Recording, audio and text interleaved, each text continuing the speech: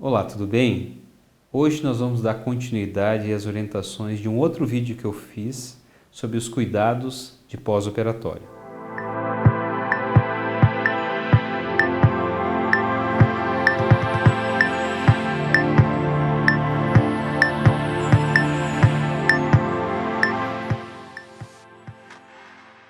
Então, uma das dúvidas frequentes é a respeito do manuseio do dreno. O dreno é um dispositivo que a gente usa em algumas cirurgias, como cirurgia de face, cirurgia de mama, cirurgia do abdômen e prótese glútea.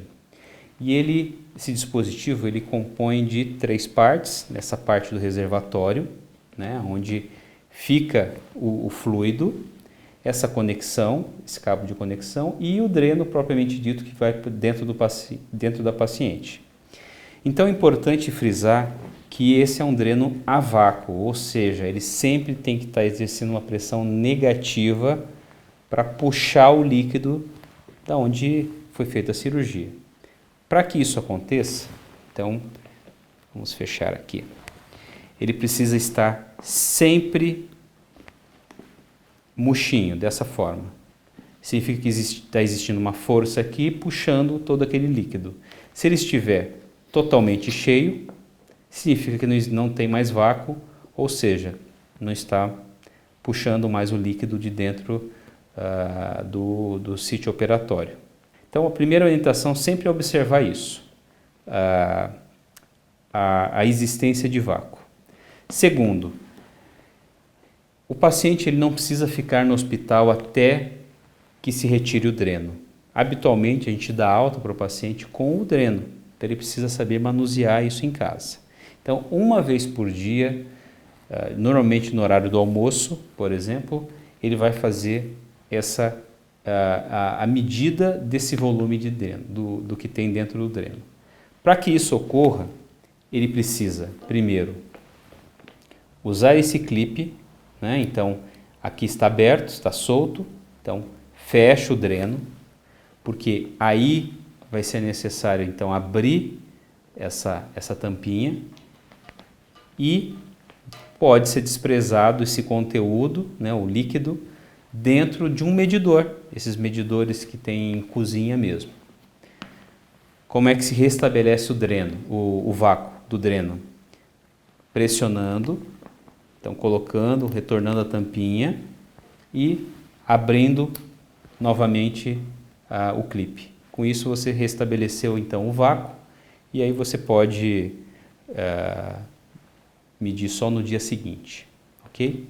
Com essa medida, então a gente sempre pede para o paciente mandar a mensagem para nossos sobreavisos e aí a gente saber realmente se está no momento ou não de retirada do dreno. Uma segunda dúvida importante é a respeito das placas de contenção e cinta. As placas, normalmente elas são usadas por 30 dias juntamente com essa cinta de compressão. Qual que é a ação dessas placas? As placas elas servem para que a cinta consiga fazer uma compressão mais homogênea e também que não deixe, como a cinta ela é uma cinta elástica, fazer uma dobra e com isso fazer a marca no corpo da paciente. Então, o uso da placa e o uso da cinta, ele tem que acontecer por 24 horas, só se retira na hora do banho. Uma outra vestimenta que a gente sempre orienta é o uso da meia. A meia de compressão normalmente é uma meia de cor branca e ela é 3/4, ou seja, ela termina abaixo do joelho. Muito importante que ela não fique também enrolada, fazendo um garrote, né? E aí prejudicando a subida do sangue das pernas, represando o sangue mais nas pernas, então fazendo o efeito oposto do que a gente quer, né? E que se use também num período diurno, retira-se na hora de tomar banho e também na hora de dormir. Na hora de dormir, como você vai ficar numa posição horizontal, ela não tem eficácia. E por último, o uso do anticoagulante.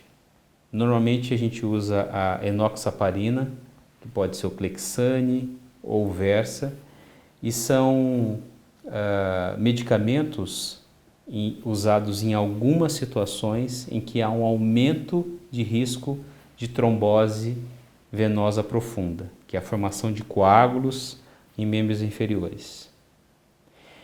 Esse medicamento, ele já vem numa seringa, uma seringa pequena, que já vem a dose que deve ser usada, e é uma seringa que vem com uma agulha de introdução subcutânea, ou seja, ela tem que ser injetada, o medicamento, na gordura do corpo.